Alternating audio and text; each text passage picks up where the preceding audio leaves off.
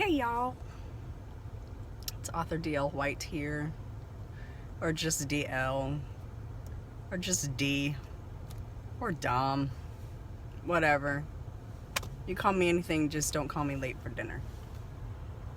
I am, if you don't know me, I am an author of Black women's fiction and romance. I live in Atlanta, and I have been writing for a long time, but seriously pursuing publication since 2011. My debut novel published in 2015. It's called Brunch at Ruby's. It's super good, if I say so myself. I am an indie author, so I don't have an agent or a publisher. I publish myself. And I actually really enjoy that. So after I published my first book, I was like, I'm gonna do that again. So I am currently writing book number 5.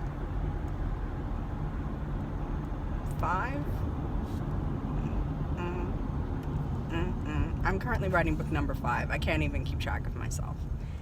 And I have a short story that is up on the internets. It was my test to see, to try to learn how to self-publish and see what all had to be done. I published that in December 2014, but I don't count it as a book because it's a short story. So driving to work, as you can see, Atlanta has traffic problems. So I have plenty of time for thinking. And typically when I'm driving to work, I'm either listening to music or listening to a book or listening to something I wrote, trying to hear it back and see how it sounds. But mostly I'm thinking, and I'm thinking about the current book I'm writing, which is a follow-up to Brunch at Ruby's. And this book has put me through my paces. I would not say that it has been hard to write, but it's been hard to write. So the book is called Dinner at Sam's, and it's a follow-up to Brunch at Ruby's.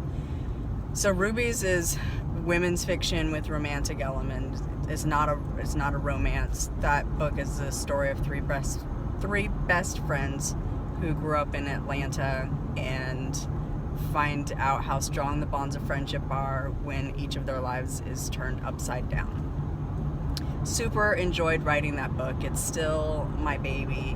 I still read it every once in a while. Really enjoyed it. So in the book, one of the characters has an employee named Vanessa, and I'm not spoiling anything by revealing any of this, but Vanessa's husband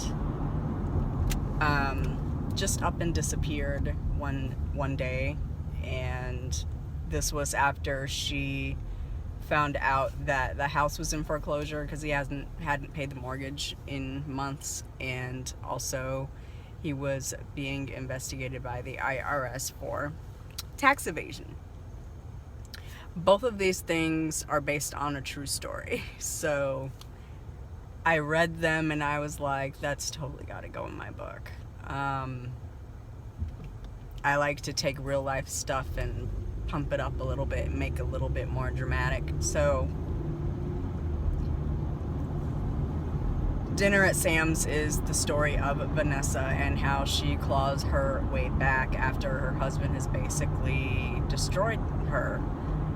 She has 2 children, so he has left the home. They lost the house. They lost pretty much everything, and she's making her way back. So in this book, she falls for her divorce attorney.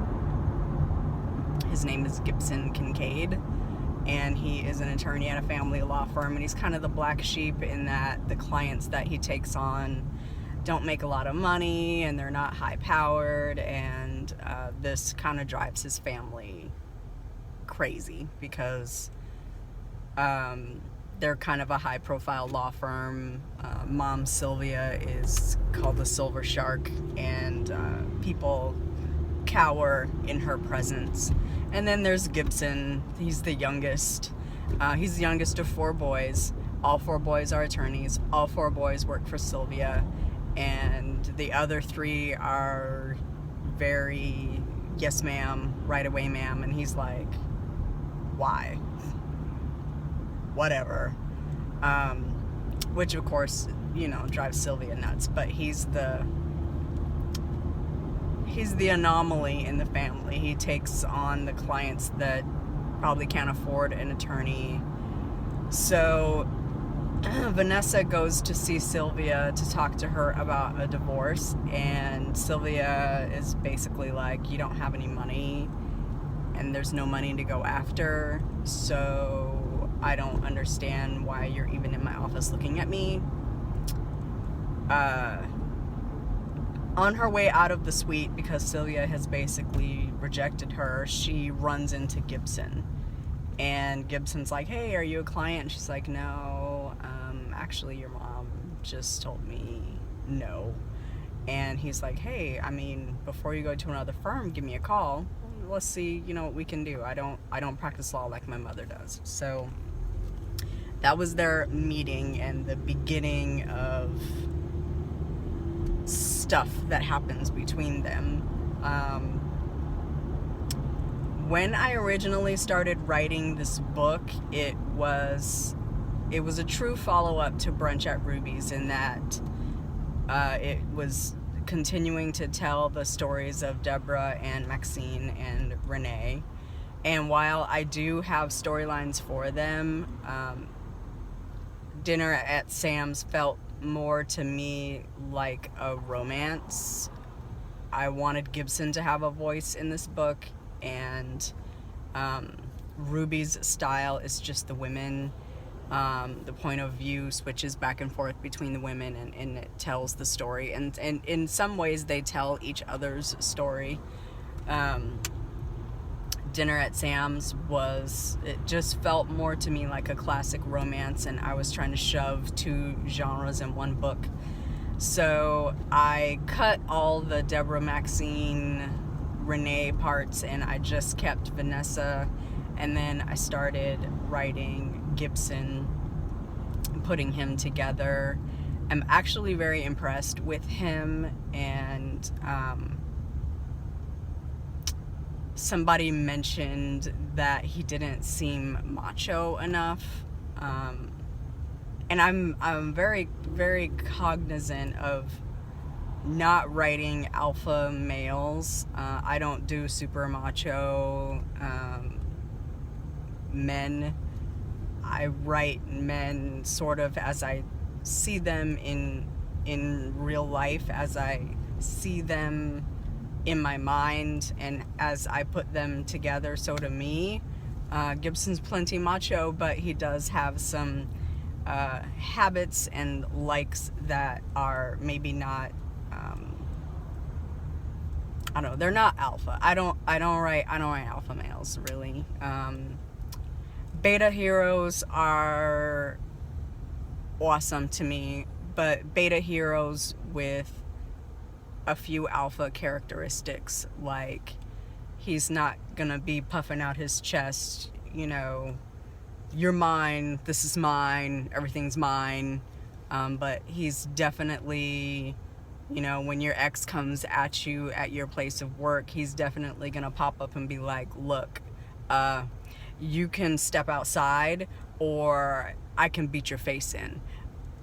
Either one. I mean, just let me know which way you want to go with this. So that's the kind of subtle alpha tendency that I like. I like him to be a gentle giant, like not at all forceful or macho until you pull that out of him. So I've been writing, and I hit chapter 21 of 25, this weekend, so I'm just about done, and I have hit a pinnacle point in the novel where I really need to think about what I do next so that it doesn't flop and it doesn't deflate and it doesn't seem so people don't get to that point and they're like, well, that's it. That totally wasn't worth reading 56,000 words for. I definitely want to keep the momentum going and keep the excitement high, so I usually write some and then think some and then write some and then think some. So I'm thinking. I just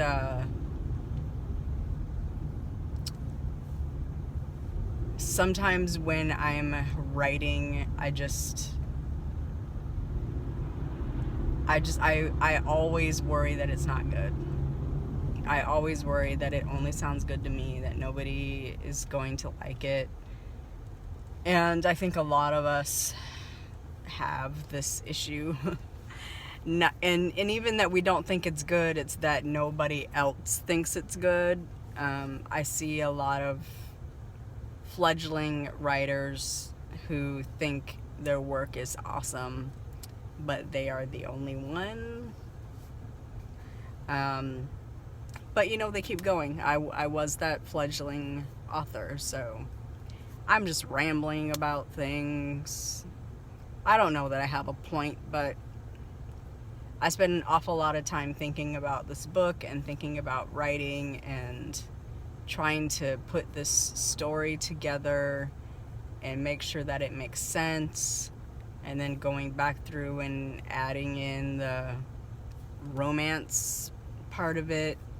I want to get the story out and then go back and add in the personal attachment and the attraction and the draw between them. I can focus on that when the words already exist. So that's kind of my ramble about Dinner at Sam's. My goal is to finish it in April. I should have no problem doing that. I hesitate to say that because my mind does not like deadlines. The minute I set a deadline is when I freeze up. So I told someone I don't set deadlines because it messes with my mojo. It's done when it's done. So I don't think I could ever be a traditionally signed author because I cannot write on deadline. But so I'm working on that, and then May will basically be spent promoting it and getting ready for Indie Love in the A, which is coming up June 24th. I need copies of my books. I need swag. I need to put my table together. I need to order a banner. I was just thinking last night, there's a lot of stuff I need to do, and I don't feel like doing it. People are like, I don't want to do all this admin stuff. I just want to write. I just want to create. I just want to be in my art. I don't even want to do that, to be honest with you. I like editing. I like it when the words are already on the page and I can make them pretty and slick and flowery and beautiful. This original putting words on the page is not my favorite part of the process. So trudging through. So I think I will probably do another update when the book is finished. I might do a little live read, which might be fun. So I'll check back in with you all then. Until then, I hope you have a fantastic day. We'll talk soon.